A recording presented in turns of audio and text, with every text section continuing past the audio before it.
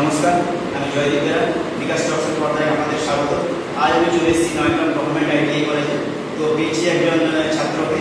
তো তোমার পরিচয়?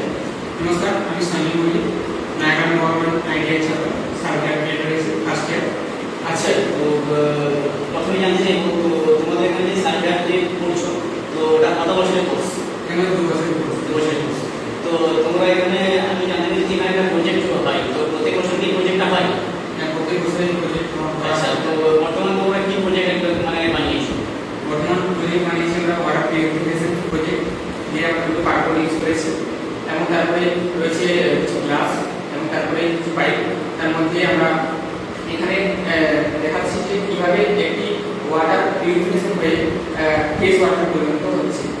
প্রথমে রয়েছে কিছু বড় মাকড়, তার তুলনায় একটু ছোট, তারপরে রয়েছে মাকড়, তারপরে রয়েছে পানি, তারপরে রয়েছে তুলো, এবং তারপর এই প্রসেস অনুযায়ী যে খারাপ জল, সেই খারাপ জল পিউরিফাই হয়ে ফ্রেশ ওয়াটার পরিণত হচ্ছে। আচ্ছা, তোমরা এটা যে প্রজেক্টটা বানিয়েছো কতজন মিলে বানিয়েছো? এটা আমরা 5 জন মিলে তৈরি করেছি। সেটা করতে কতদিন তোমাদের সময় লেগেছে? প্রায় 5 দিন থেকে 6 দিন। তো এটা তোমার আর কি ভবিষ্যতে কোনো এরকম কোনো কিছু প্রজেক্ট বানানোর পরিকল্পনা কি রয়েছে? বসে রয়েছে। আচ্ছা, তুমি যে সার্ভে ট্রেড নিয়ে পড়ছো, তো এটা নিয়ে মানে কি শিখছো এখন বর্তমান? এখন শিখছি আমরা সার্ভে, যেটা হচ্ছে চেন সার্ভে শিখছি, ডাম্পি লেভেল শিখছি, কম্পাস সার্ভে শিখছি। আচ্ছা, তো সার্ভে ট্রেডের ভবিষ্যৎ কি আছে?